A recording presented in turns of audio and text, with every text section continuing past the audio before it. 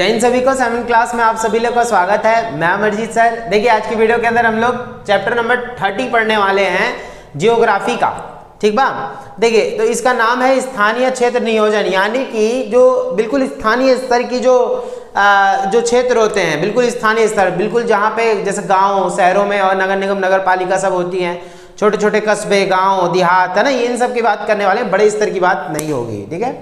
तो स्थानीय क्षेत्र नियोजन मतलब ऐसी क्या प्लानिंग की जाए जिससे कि सबका विकास हो।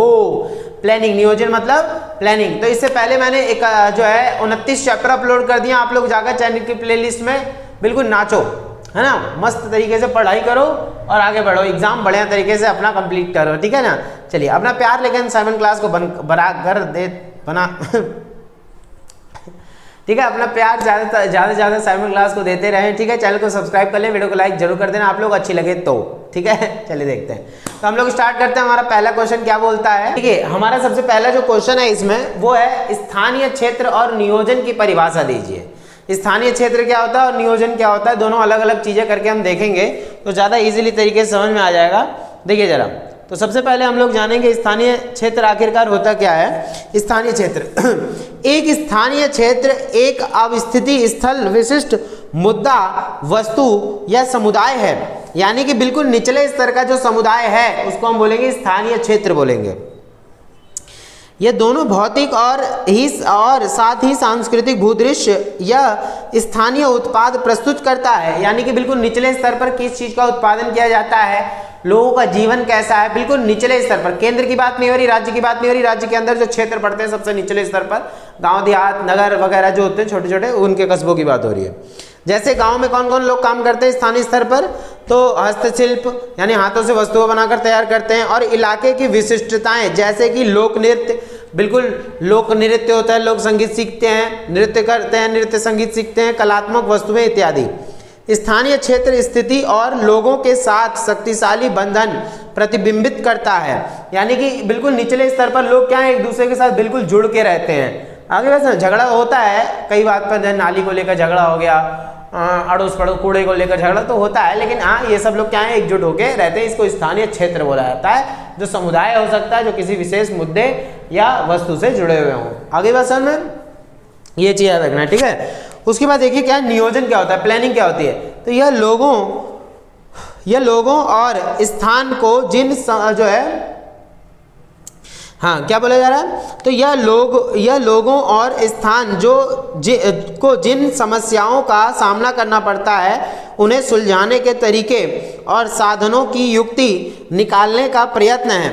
यानी कि क्या है, ये सारी चीजें बोला जा रहा है, यह लोगों और स्थान को जिन समस्याओं का सामना करना पड़ता है उन्हें सुलझाने के तरीके और साधनों की युक्ति निकालने, यानी कि नियोजन का मतलब क्या होता है, कोई भी समस्या है तो आप प्लानिंग करके उस समस्या से जब निकल रहे हो उसको नियोजन कहा जाता है। ठीक बात। देखिए उसके बाद क्या है, इसका स्थानीय जो है वातावरण और मानव जीवन की गुणवत्ता सुधारने का भी लक्ष्य होता है। इसका लक्ष्य क्या है, यानी कि नियोजन का लक्ष्य क्या हो गया कि सभी लोगों का जीवन अच्छे से अच्छा बनाए। लक्ष्य क्या है, अच्छे से अच्छा जीवन बनाने का लक्ष्य इनको दिया गया है। अरे बचाओ देखिए तो ये चीज हमें याद रखना है। ठीक है, तो समझ में आ गया ना, स्थानीय क्षेत्र किसे कहते हैं, और उसके बाद स्थानीय जो है नियोजन क्या है, ये मैंने आप लोग को बढ़िया तरीके से बता दिया है। आगे बात समझ में। देखिए उसके बाद क्या जानेंगे हम लोग इसमें, उसके बाद हमारा नेक्स्ट क्वेश्चन बनेगा।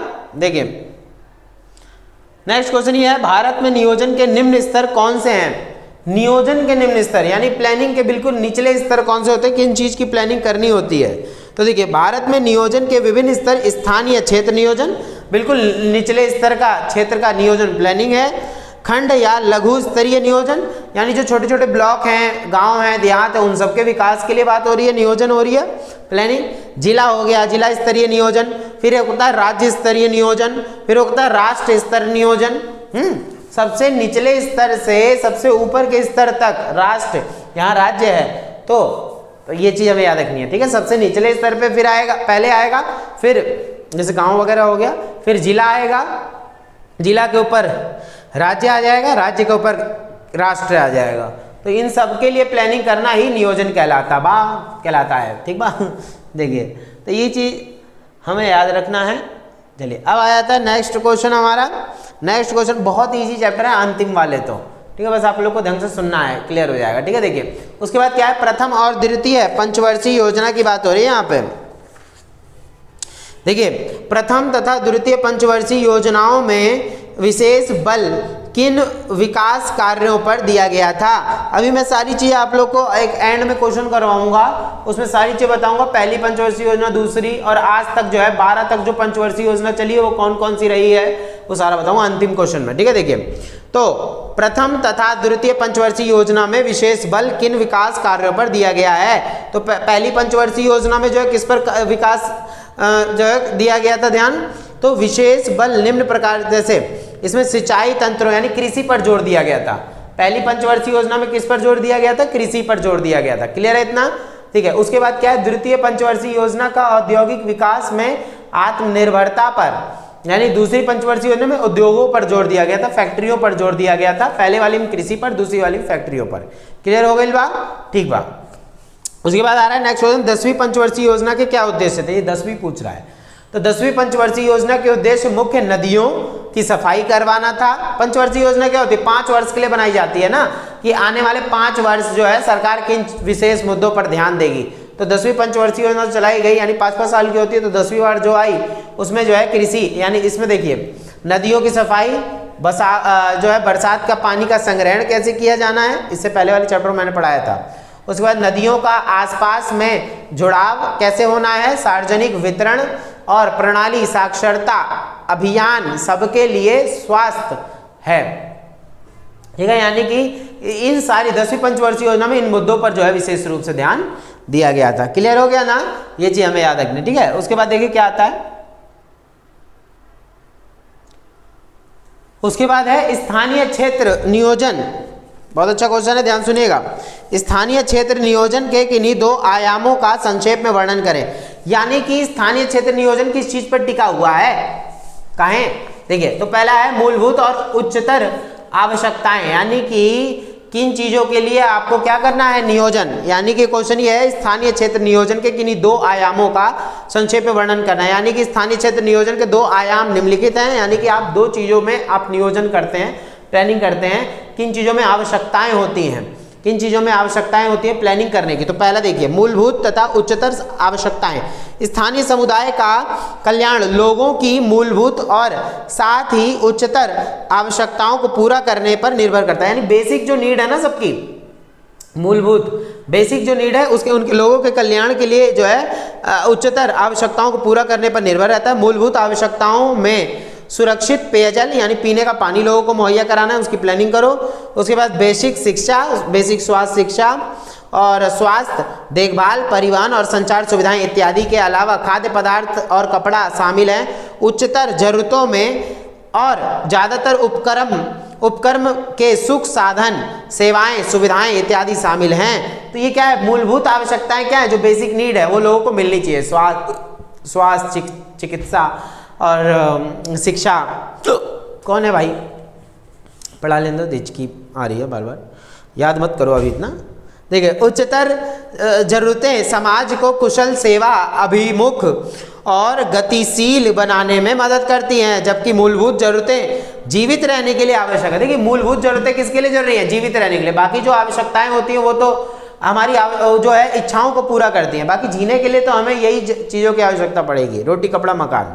तो नियोजन की प्रक्रिया का उद्देश्य लोगों और स्थानों की मांगों को पूरा करना है, यानी लोगों की मांग को पूरा करना का मतलब क्या है, मूलभूत आवश्यकताओं को लोगों की पूरा करना होता है, ठीक है बा। चलिए उसके बाद आता है नेक्स्ट, स्थायित्व और विकास के लिए। देखिए क्या बोला है, दूसरा क्या बोल रहा है, तो स्थायित्व और विकास के लिए आर्थिक आधार, यानी कि आपको यहाँ आप बने रहो, स्थायित्व और विकास के लिए आर्थिक आधार, यानी पैसे में देखा जाए, यानी कि आपके लोगों की पैसे की जरूरतों को कैसे पूरा किया जाए। देखिए जरा ध्यान सुनिएगा, बोला है किसी क्षेत्र का आर्थिक विकास स्थानीय क्षेत्र नियोजन का दूसरा आयाम है। यानी कि आप प्लानिंग किस लिए करते हो, ताकि लोग रोजी रोटी कमा सके अच्छे से, है ना, सरकार का काम होता है प्लानिंग करना अच्छे से। इसका लक्ष्य उत्पादन व सेवाओं के स्तर को बढ़ाना, रोजगार सृजन, संशोधित बाजार तंत्र, अनुकूलन, मूल नीति, परिवहन और संप्रेषण की दक्ष प्रणालियां इत्यादि हैं।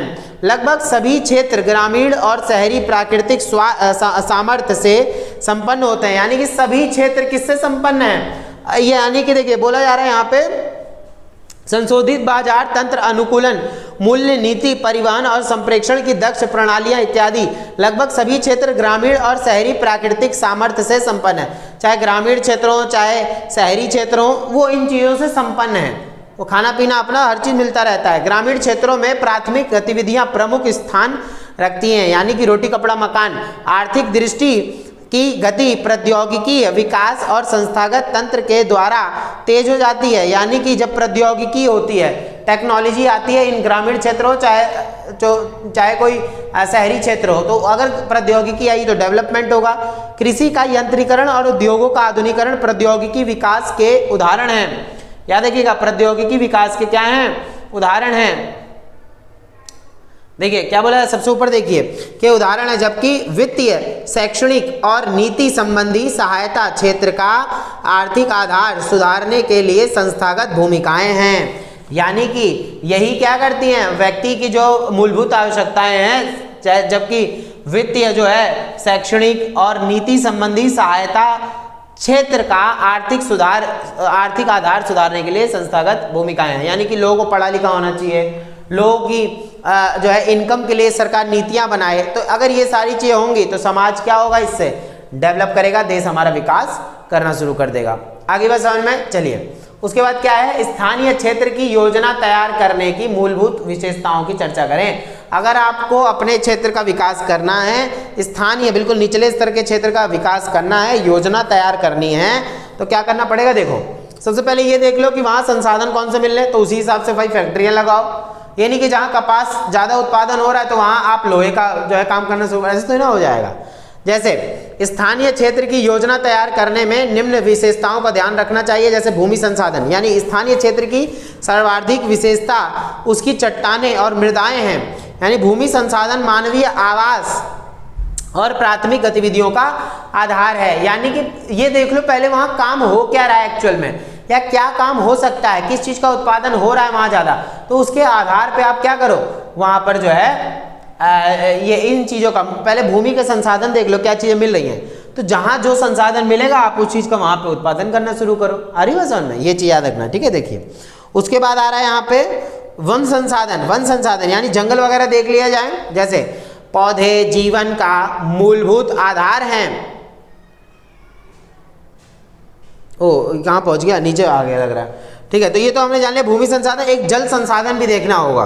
कैसे भाई, देखो वहाँ जैसी जलवायु होगी वैसे ही वहाँ का उत्पादन होगा, तो वैसे जल का भी तो एक मेन रोल होता है जलवायु में। देखिए जल का सर्वाधिक मूलभूत आवश्यकता है, जल बहुत ज़्यादा जरूरी होता है, ठीक है। यह सभी पारिस्थितिकी तंत्रों का केंद्र है। मानव सभ्यताएं जल जो है संसाधनों, विशेष रूप से उपजाऊ नदी घाटियों के समीप जो है विकसित हुई हैं। यानी कि ये नदी घाटियों के ज़्यादातर घर कहाँ बनते हैं, नदी घाटियों के नज़दीक, ताकि पीने का पानी आवश्यकता है जो पूरी हो सके सबकी। कौन चाहता है रेगिस्तान में रहने के लिए। जल को विभिन्न प्रकार के उद्देश्यों और जैसे विद्युत उत्पादन, बिजली बनाने के लिए, सिंचाई के लिए, घरेलू और औद्योगिक उपयोगों के लिए इस्तेमाल में लाया जाता है। और स्थानीय क्षेत्र को भी स्वच्छ और जो है हरित जो है करा जाता है, रखा जाता है। तो ये हम कह सकते हैं जल संसाधन भी हमारे लिए बहुत ज़्यादा जो है आवश्यक होगा, ठीक है। ये चीज़ हो जाएगा, जल संसाधन मैंने बता दिया इसमें, ठीक है, रखा जाता है, ठीक है। वन संसाधन क्या होता है, वन संसाधन देखिए जरा क्या बोला जा रहा है। तो वन संसाधन इसमें आपको पेड़ पौधे जीवन का मूलभूत आधार होते हैं। देखिए पानी जैसे आपका जीवन के लिए बहुत ज़्यादा जरूरी है, वैसे क्या है पेड़ पौधे भी बहुत ज़्यादा आपके लिए आवश्यक होंगे, हमारे लिए आवश्यक हैं। देखिए क्या बोला जा रहा है कि हाँ, तो पौधे जीवन का मूलभूत आधार हैं। ये जीवन निर्वाह और प्राकृतिक आकर्षण का साधन है। स्थानीय लोगों का संगठित प्रयत्न बागानों और उनकी सुरक्षा के लिए आवश्यक है। वृक्ष आवरण की सुरक्षा तथा उनका संवर्धन जो है जीवन के भरण पोषण की बुनियाद है। यानी कि हमें याद रखना है वन संसाधन भी बहुत ज़्यादा रोल प्ले करता है, ठीक है। जैसे अब मान लीजिए कई जगहों पे इमारती लकड़ी का प्रयोग किया जा रहा है, ठीक है, वहाँ वो कहाँ से आएगा, जंगलों से ही आएगा। तो ये चीज़ का हमें ध्यान रखना होगा, ठीक है। चलिए तो ये तो हो गया हमारा क्वेश्चन। क्या था भाई, क्वेश्चन देख लेते हैं एक बार कि स्थानीय क्षेत्र की योजना तैयार करने की मूलभूत विशेषताओं की चर्चा करनी थी। तो स्थानीय क्षेत्र की योजना तैयार करनी है। अगर स्थानीय क्षेत्र की योजना बनानी है तो पहले आप वहाँ का जल संसाधन चेक कर लो, उसके बाद जो है भूमि संसाधन चेक कर लो, फिर वन संसाधन चेक कर लो है कि नहीं है, उसके हिसाब से जो है वहाँ पे बसावट हो सकती है, नियोजन हो सकती है। इतना क्लियर हो गया? ठीक है, अब आ जाता है नेक्स्ट क्वेश्चन हमारा। तो नेक्स्ट क्वेश्चन क्या है, देखिए स्थानीय क्षेत्र नियोजन क्यों आवश्यक है? भाई क्यों जरूरी है नियोजन बनाना? बिल्कुल निचले स्तर के लिए नियोजन प्लानिंग करने की आवश्यकता क्यों है? बिना प्लानिंग के भी तो काम बन सकता है, ऐसा नहीं है। ठीक है, देखिए काम तो हो जाएगा लेकिन बहुत बुरा होगा, क्या सही होगा गलत होगा वो हमें नहीं पता होगा। देखिए तो यहाँ क्या बोला जा रहा है, ध्यान सुनिएगा आप लोग। ठीक है, स्थानीय क्षेत्र नियोजन क्यों आवश्यक है? तो क्षेत्र और उसके लोगों की समस्याओं को सुलझाने के लिए तरीके और माध्यम का उपाय निकालने का प्रयत्न नियोजन कहलाता है। यानी कि आप कैसे सबकी समस्याओं को सुलझा सकते हो, तो ये प्लानिंग के हिसाब से हो सकता है। एक विद्यार्थी के रूप में हम अध्ययन परीक्षाओं और अन्य दिन प्रतिदिन के कार्यों के लिए योजना बनाते हैं। हम जहाँ काम करते हैं और जहाँ रहते हैं वहाँ स्थानीय स्तर की सामान्य समस्याओं का हल ढूंढने में भी अपने को जोड़ लेते हैं। जहाँ हम रह रहे हैं वहाँ नाली की प्रॉब्लम है, किसी चीज़ की और प्रॉब्लम है, पीने का पानी की प्रॉब्लम है, तो हम समस्याओं को खत्म करेंगे ना। तो वो समस्या कैसे खत्म हो सकती है? नियोजन के माध्यम से ही समस्या वो जो है वो खत्म हो सकती है। आ रही बात समझ में? ये चीज़ हमें याद रखना है। ठीक है, देखिए तो और क्या बोल रखा है, देखिए और इसमें क्या दे रखा है कि हाँ सुख साधन, यहाँ बोला है, देखिए यहाँ पे देखिएगा, सुख साधन और सार्वजनिक उपयोगिता सेवाएं, साफ सफाई, सामान्य स्वास्थ्य और शिक्षा कुछ सर्वाधिक है ये। ठीक है, ये सर्वाधिक का वहाँ है, सर्वाधिक आम समस्याएं हैं जिनका कि जो है स्थानीय लोग सामना करते हैं। ये बहुत ज़्यादा पीने का पानी, सफाई वगैरह इन सब की सामना लोगों को करना पड़ता है। और स्थानीय क्षेत्र क्योंकि नियोजन की लघुतम इकाइयाँ हैं, उनकी समस्याओं का समाधान ढूंढना आसान होता है। उनकी समस्याएं ज़्यादा छोटी होती हैं और उनके आयाम का प्रबंधन आसान होता है। तो जहाँ पर ज़्यादा समस्या नहीं है वहाँ पर एक बोला जा रहा है, देखिए जहाँ बोला जा रहा है स्थानीय क्षेत्र क्योंकि नियोजन की लघुतम इकाइयाँ हैं, जहाँ छोटा छोटा इलाके हैं वहाँ तो व्यवस्था अच्छी हो सकती है, पर जहाँ ज़्यादा भीड़ है, जहाँ ज़्यादा लोग हैं, समस्याएं भी ज़्यादा होंगी। तो अधिकांश समस्याएं जिनके लिए नियोजन और साधन की आवश्यकता होती है, जिनके लिए नियोजन और साधन की आवश्यकता होती है, वह बोला जा रहा है वह, हाँ अब यहाँ से देखिएगा, वह परिस्थितिक असंतुलन, आर्थिक मंदी और सामाजिक तनावों से संबंधित होती हैं। स्थानीय क्षेत्र में लोगों, देखो जो कोई जरूरत नहीं इतना ज़्यादा वो करने की, टेंशन लेने की। अगर आपको मतलब जो समझ में आ रहा है आप एग्जाम में वही लिखो। प्लानिंग के हिसाब से कि प्लानिंग क्यों जरूरी होती है अपने आप से बना के लिख सकते हो, है ना, साफ सफाई करने के लिए, इनके लिए, सबके लिए आवश्यकता है। तो बोला जा रहा है स्थानीय क्षेत्र में लोगों की सामान्य स्थितियों को सुधारने के लिए मूलभूत सामाजिक सुख साधन और सुविधाओं की व्याख्या व्यवस्था की योजना बनाने की जरूरत पड़ती है। भाई लोगों की सुख सुविधाओं के लिए आपको योजना बनाने की आवश्यकता पड़ेगी। नियोजन का बोला जा रहा है स्थानीय लोगों की सहभागिता, स्थानीय पदार्थों, देसी ज्ञान और का उपयोग करने में और आधारित ढांचे जिसके लिए योजना बनाई है को बनाए रखने में सहायता करती है। नियोजन का लक्ष्य वृक्षारोपण, स्थानीय जल भंडारण जैसे नदी, तालाब, झील इत्यादि की देखरेख और सैल व मृदा के प्रबंधन द्वारा स्थानीय, यानी कि ये बस याद रखना है स्थानीय क्षेत्र के नियोजन में लोगों की सहभागिता, यानी प्लानिंग करने में लोगों की मदद भी चाहिए होती है हमें, और उनके रखरखाव में सतत सहभागिता के परिणाम स्वरूप स्वास्थ्यपूर्ण स्थानीय पर्यावरण विकसित होता है। जब आप जुड़ोगे उस काम में, सब लोग जुड़ेंगे उस काम में, तब जाकर हम कहीं ना कहीं कह सकते हैं कि ये लोगों की भलाई के लिए काम होगा। ये जो नियोजन किया गया है लोगों की भलाई के लिए किया गया है। ये क्लियर हो गया सबको? तो ये मैंने बता दिया आप लोगों को बढ़िया तरीके से कि हमें स्थानीय क्षेत्र नियोजन की आवश्यकता क्यों है। आगे बात समझ में, ये समझ में आ गया ना सबको? चलिए, अगर समझ में आ रहा हो तो आप लोग आप कमेंट में जरूर बता दिया करें। ठीक है, अब आ रहा है उसके बाद कि नियोजन की चुनौतियों का संक्षेप में वर्णन। देखिए प्लानिंग करते हैं तो चुनौतियां तो आती हैं, ठीक है। क्या बोला जा रहा है, अगर हम प्लानिंग करने बैठे हैं तो चुनौती नहीं आएगी क्या? बिल्कुल आएगी चुनौती, ठीक है, खोपड़ी खराब करके रख देती है। और दूसरा इसी में एक क्वेश्चन और बोल रखा है, नियोजन को सफल बनाने के लिए पारिस्थितिक और आर्थिक पहलू में पूर्ण संतुलन होना चाहिए, स्पष्ट करें। यानी नियोजन करने के लिए पैसा भी तो होना चाहिए, संतुलन बना के रखना होगा हमें। तो क्या बोला जा रहा है, देखो क्वेश्चन आंसर में क्या है, किसी कार्यक्रम के नियोजन की सफलता के लिए गंभीर चुनौतियां होती हैं। अक्सर नियोजन शुरू कर दिया जाता है, बोला जा रहा है अक्सर नियोजन शुरू कर दिया जाता है और क्षेत्र व लोगों जिनके लिए योजना बनाई है पर पड़ने वाले प्रभाव के बारे में यथोचित विचार नहीं किया जाता। यानी कि आपने प्लानिंग तो कर ली पर ये नहीं देखा कि भाई नुकसान जब होगा या जब ये काम शुरू होगा तो लोगों को कितनी ज़्यादा दिक्कतें होंगी। आप गली बनाने की प्लानिंग कर ले रहे हो लेकिन ये नहीं सोचा आपने कि भाई लोग जाएंगे आएंगे कैसे, इसलिए आधा आधा गली करके पूरा कंप्लीट उसको करो बाद में ये चीज। तो नियोजन क्योंकि ऊपर से नीचे की ओर जाता है और तो यह जिन क्षेत्रों और लोगों के लिए बनाया जाता है उन तक पहुंचने से पहले विभिन्न स्तरों पर अवरुद्ध हो जाता है, यानी रुकावटें पैदा होती हैं। इसलिए हमें पूछपाछ के सारी चीज़ें करनी चाहिए। तो तुलनात्मक रूप से उच्च आर्थिक विकास के बावजूद भारत सामाजिक प्रगति के मामले में निरंतर पीछे चल रहा है। आज भारत क्या है, डेवलपमेंट के मामले में कहीं ना कहीं ये पहली कहानी है, पीछे था। पर अगर रिसेंट की बात करें तो भारत बहुत ज़्यादा डेवलप कर रहा है आज के टाइम पे, ठीक है। हमारे देश में जो है निधन यानी गरीब, कुपोषित और निरक्षर यानी कम पढ़े लिखे व्यक्तियों का अधिकतम संकीर्णन है, ठीक है। इन गंभीर चुनौतियों, ये सब चुनौतियां हैं, पूछेगा चुनौतियां क्या होती है तो यही आपको चुनौतियां लिखनी है कि भाई जो लोग कम पढ़े लिखे हैं, है ना, उसमें जो है यही सारी अवरुद्ध पैदा करती है, बहुत ज़्यादा यही दिक्कतें पैदा करती हैं, कुपोषित, निरक्षर और कम पढ़े लिखे निर्धन लोग, गरीब लोग। तो ये चीज़ गंभीर चुनौतियों को सरकारी या कुछ गैर सरकारी एजेंसी स्तर के जरिए नहीं संचालित किया जा सकता। इसके लिए स्थानीय लोगों की प्रभावपूर्ण सहभागिता और सहयोग की जरूरत होती है। लोग चाहते हैं कि योजना बनाते हैं, लोग चाहते हैं और योजना बनाते हैं कि सड़क उनके घर के दरवाजे तक पहुँचने, सड़क उनके दरवाजे तक पहुँचे और प्रत्येक बच्चा स्कूल में पढ़े, उनके पास ऊर्जा और सुरक्षित पेयजल हो। सब चाहते हैं भाई प्लानिंग हो वहाँ पे, सब चाहते हैं कि प्लानिंग के हिसाब से कार्य वगैरह किया जाए। आ रही बात समझ में। उसके बाद स्कूल में पढ़ें, उनके पास ऊर्जा और सुरक्षित पेयजल हो, उनके पास खेती और सिंचाई के लिए, बोला जा रहा है ना, उनके पास खेती और सिंचाई के लिए जल हो और अपने स्थानीय उत्पादों को बेचने के लिए बाजार भी हो वहाँ पे।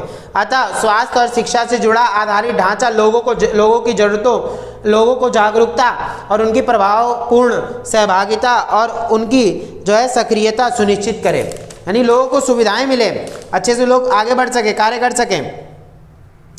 आर्यसन में ये चीज हमें याद रखना है। उसके बाद ये चीज दे रखी है, ठीक है।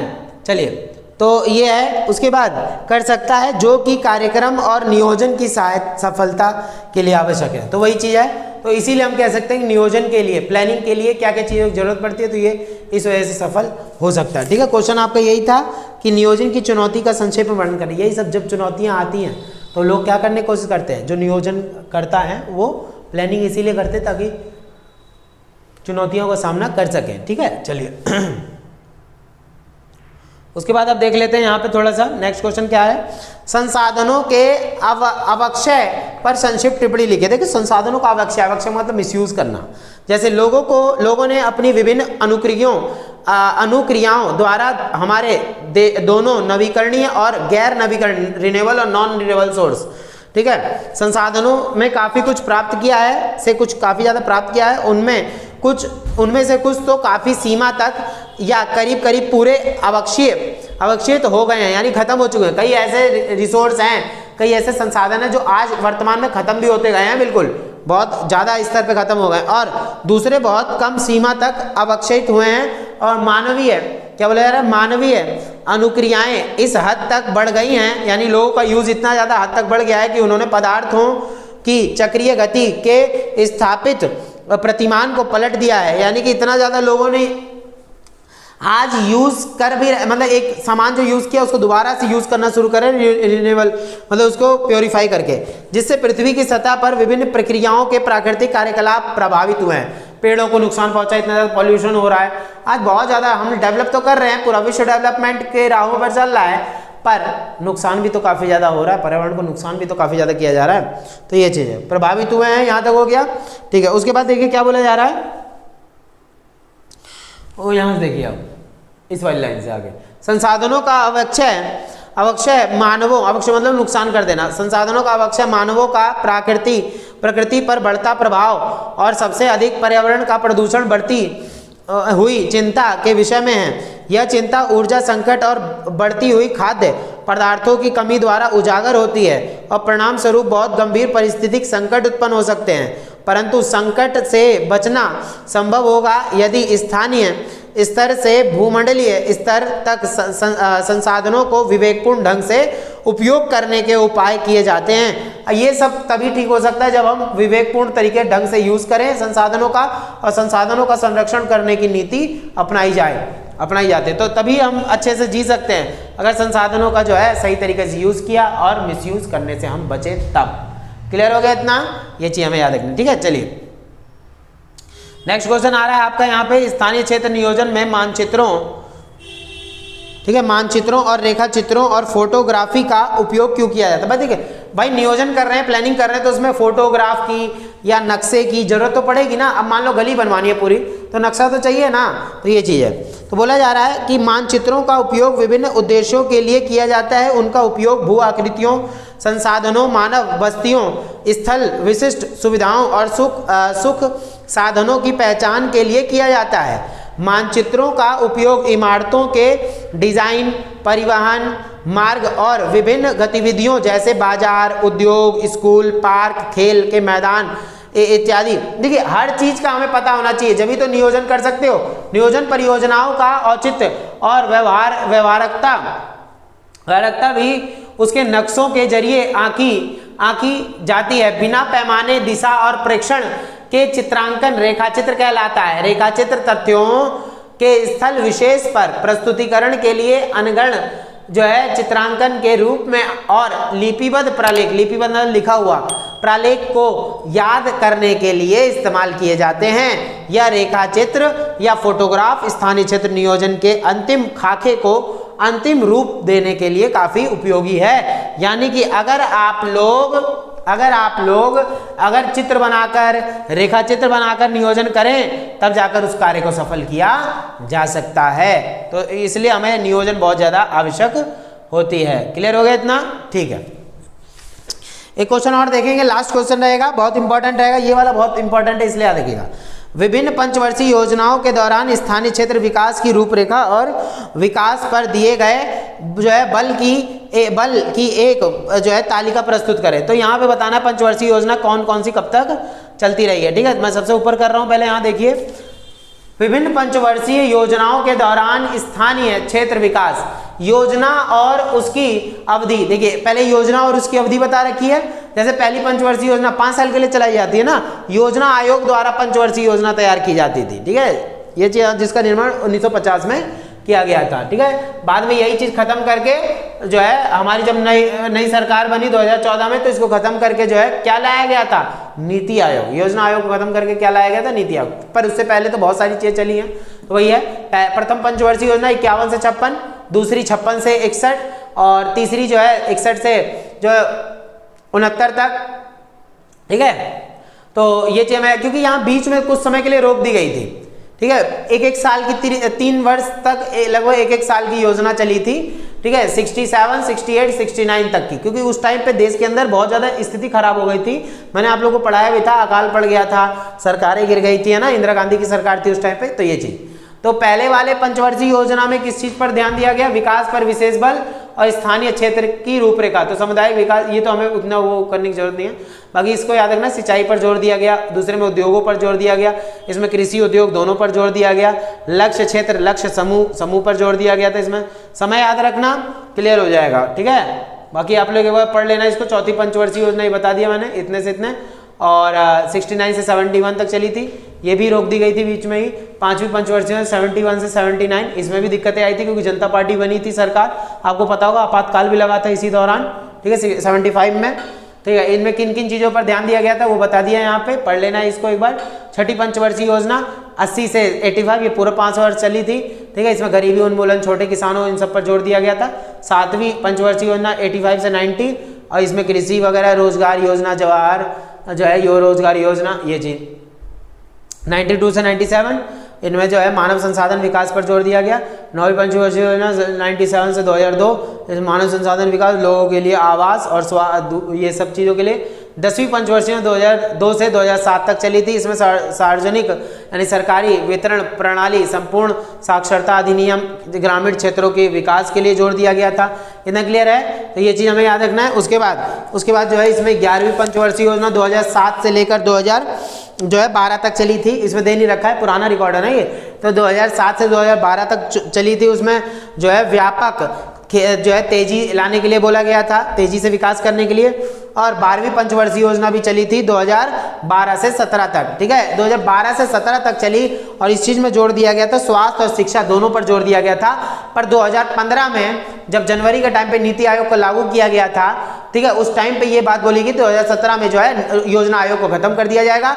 तब से नीति आयोग चलती हुई आई है। बाकी इसका टाइम पीरियड 2017 तक था ना, तो चलने दिया गया। पर उससे पहले ही नीति आयोग जो है प्रधानमंत्री मोदी द्वारा जो है, मोदी जी द्वारा जो है लागू कर दिया गया था नीति आयोग। ठीक बा? तो ये चीज हमें बढ़िया तरीके से याद रखनी है। तो इतना हम लोगों ने पढ़ लिया, ये चैप्टर हमारा समाप्त हो चुका है। उम्मीद करता हूँ आप लोगों को चैप्टर बढ़िया तरीके से समझ में आया होगा। अगर अच्छा लगा हो तो आप लोग चैनल को सब्सक्राइब जरूर कर लेना, वीडियो को लाइक जरूर आप लोग कर देना बढ़िया तरीके से, ठीक है ना। अब हम लोग मिलेंगे नेक्स्ट वीडियो के अंदर। हमारा जो होगा वो 31 चैप्टर होगा, फिर उसके बाद 32 भी बचा हुआ है, जल्दी जल्दी कंप्लीट करा दूंगा। आप लोग अपना एग्जाम बेहतरीन तरीके से देना, ठीक है। और ये लास्ट वाले चैप्टर बहुत इजी है, इससे पहले वाले जितने भी थे ना, ठीक है, बहुत ज्यादा मतलब ये कह सकते हैं कठिन भी थे, क्योंकि ज्योग्राफी है, आसान नहीं है बिल्कुल भी, ठीक है। तो ये चीज हिम्मत वाले पढ़ते हैं ज्योग्राफी ठीक है। चलिए, तो ये चीज हम लोग को याद रखना है। अब हम लोग मिलेंगे नेक्स्ट वीडियो के अंदर, तब तक के लिए जय हिंद, जय भारत।